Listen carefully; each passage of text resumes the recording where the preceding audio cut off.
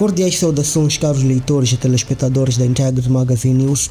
Para esta edição, no nosso espaço de comentário, temos como tema o martelo das bruxas e os caçadores de insultos ou críticas.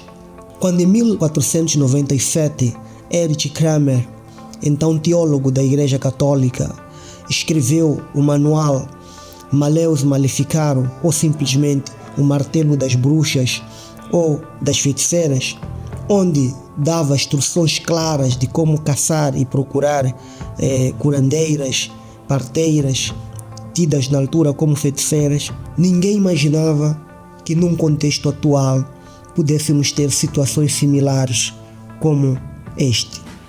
Moçambique hoje vive um fenômeno estranho, que é a vasculha de pessoas que tenham insultado ou feito críticas severas, embora tidas nesse contexto como insultuosas ao chefe do Estado.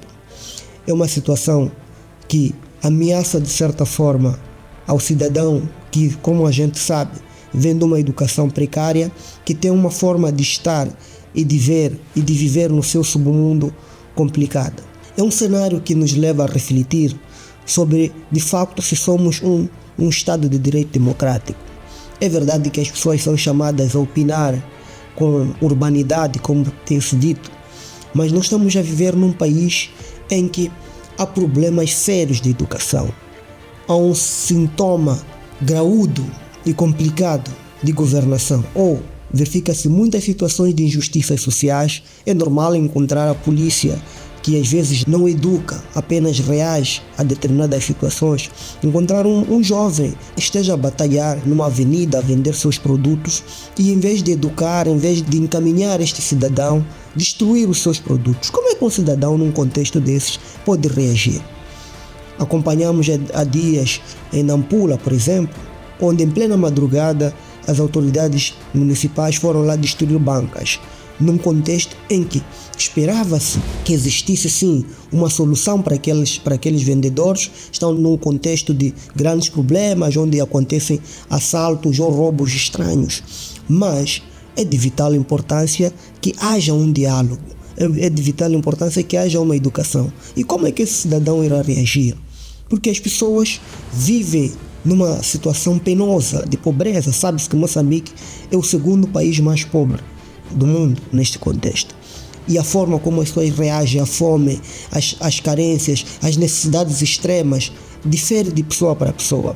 Penso eu que precisamos refletir, e quem governa deve estar preparado para engolir muitos sapos, e às vezes sapos enormes, porque da forma como as coisas estão a ser procedidas, podemos ter contextos de até de pessoas que estão no círculo próximo a governantes venham a explodir. Mesmo a própria nova lei da imprensa blinda de tal forma o chefe de Estado que torna-se uma ameaça para todo aquele que desempenha um jornalismo crítico. Precisamos refletir bastante sobre esta forma de agir, uma vez que nós nos apresentamos como este país de Estado de Direito Democrático.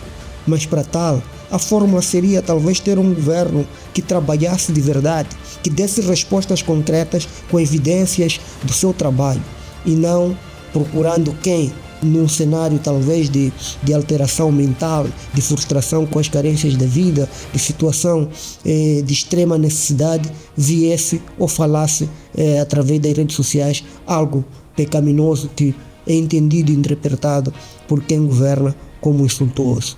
Penso que precisamos afastar este fantasma que se assistiu, por exemplo, do exemplo que a gente traz com o martelo das bruxas na altura, que matou muitas mulheres inocentes simplesmente porque não concordavam com a linha cristã que se vivia naquela altura.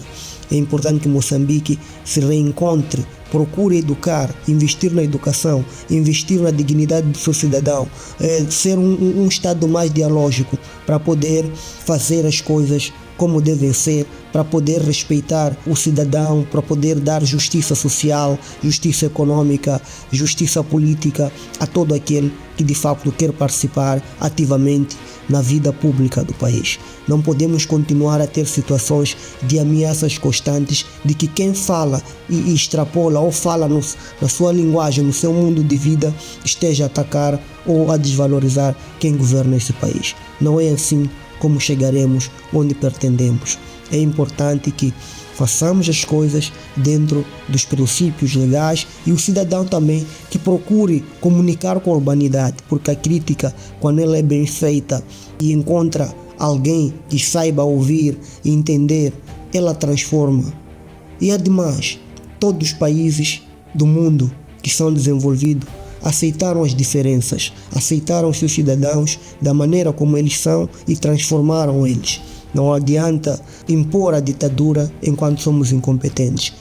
Todo aquele que procura falar-se e ser ouvido precisa respeitar também as opiniões alheias, precisa de respeitar e dar espaço de diálogo, precisa acima de tudo educar o seu cidadão, porque só assim poderemos ter situações muito boas e não esses sinais do martelo das bruxas de Erich Kramer.